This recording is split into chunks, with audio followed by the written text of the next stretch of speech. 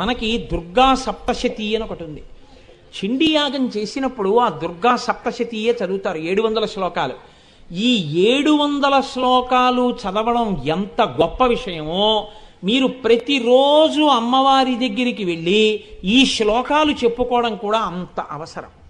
ప్రతిరోజు, అందున ప్రత్యేకించి సువాసిని కానీ పురుషుడు కానీ అమ్మవారి దగ్గరికి వెళ్ళి శ్లోకం చెప్పుకోవాలి. సువాసినే కావక్కర్లేదు, ఎవరైనా సరే అమ్మవారి దగ్గర చెప్పుకోవాలి.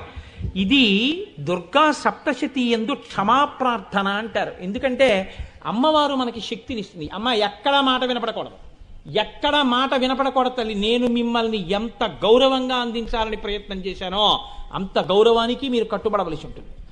కాబట్టి మనం క్షమార్పణ చెప్పి తీరాలి. ఎందుకనో తెలుసా అండి? శక్తి అంతా ఆవిడిచ్చింది. ఆవిడిచ్చిన శక్తిని మనం అంతా ధర్మబద్ధంగానే వినియోగిస్తున్నామా? మనకి తెలియకుండానే మనం ఆ శక్తిని దుర్వినియోగం చేస్తున్నాం ప్రతిరోజు. అందుకే అమ్మవారి మ్రోలకు వెళ్ళి ఒక్కసారి ఈ శ్లోకాలు చెప్పాలి. చెప్తే ఏమవుతుందంటే, అయ్యో పోన్లే పిల్లవాడు తెలియక శక్తి దుర్వినియోగం చేశాడని వేరొకసారి దుర్వినియోగం చెయ్యకుండా ఆవిడ బుద్ధిని కాపాడుతుంది, చేసిన తప్పుకి క్షమిస్తుంది. 2 శక్తులు ఏకకాలంలో కలుగుతాయి. అందుకే అమ్మవారి దగ్గరికి వెళ్ళి ఈ శ్లోకాలు చెప్పాలి తప్పకుండా. చక్కగా ఇవాళ బ్రహ్మోపేంద్ర మహేంద్రాది దేవ సంస్కృత వైభవాన్ని వాళ్ళు చెప్పడం కాదు, మనం చెప్పుకోవాలి. మనందరం చెప్పడమే అమ్మవారు అనుగ్రహాన్ని పొందడానికి హేతు. అందుకే మీ అందరూ కూడా చెప్పండి, నేను చెప్తాను, శ్లోకానికి అర్థం చెప్తాను, తర్వాత మీరు ఈ శ్లోకం చెప్పండి.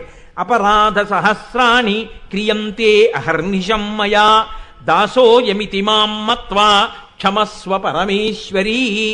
అమ్మా నేను ఎన్ని అపరాధాలు చేశానో తెలుసా? ఇవి చేశాను అంటే ఎందుకు చేశానో తెలుసా అమ్మా? ఒంట్లో ఓపిక ఉంది, అందుకే చేసేసానమ్మా ఇన్ని తప్పులు. అయితే తల్లి నేను ఇన్ని తప్పులు చేస్తున్నా, ఈ తప్పులు చేస్తున్నానని తెలిసి చేస్తున్నా, తెలియక చేస్తున్నా, ఈ శక్తినిచ్చిన దానం ఎవరో తెలుసా అమ్మా? నువ్వే. కానీ అమ్మా నువ్వు ఇచ్చిన శక్తిని దుర్వినియోగం చేశాను కాబట్టి తల్లి క్షమించమని అడుగుతున్నాను. క్షమించమని అడగడంతో పాటు ఇక నేను అలా దుర్వినియోగం చేయకుండా నన్ను మంచిగా తీర్చిదిద్దు తల్లివి కనుక.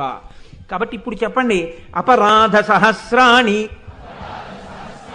క్రియంతే అహర్నిశం మయా దాసోయమితి మాం మత్వా క్షమస్వ పరమేశ్వరీ. అమ్మవారి స్థూల రూపం యథార్థంగా మీరు అలా పైనుంచి కిందకి, కింద నుంచి పైకి ధారణ చేసి తీసుకురావడంలో మనసు ఏకాగ్రతతో నిలబడిపోతే తప్ప రాదు. లేకపోతే ఏమవుతుందంటే ఎక్కడో ఒక అవయవాన్ని దాటి ఎటో వెళ్ళిపోతారు. లేకపోతే చీర ఏ రంగులో ఉండుంటుంది, మళ్ళీ నగలు ఏముండుంటాయి, ఇలా అనుమానాలు వస్తాయి. మనోనేత్రంతో దర్శనం చేస్తేనే మీకు ఆ ధ్యాన సిద్ధి కలుగుతుంది.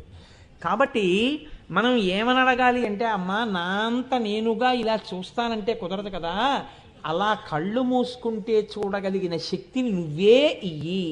నిన్ను పిలవడము నాకు రాదు అమ్మా, అయిపోయింది పూజ అనడము నాకు చేత కాదు, నువ్వే రక్షించు అని అడగాలి రోజు. అలా అడిగితే ఏమవుతుందో తెలుసా అండి?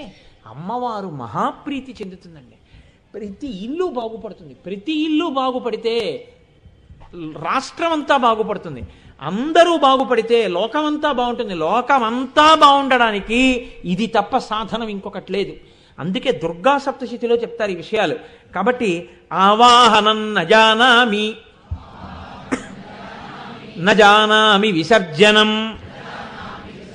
పూజాం చైవ నజానామి క్షమ్యతాం పరమేశ్వరి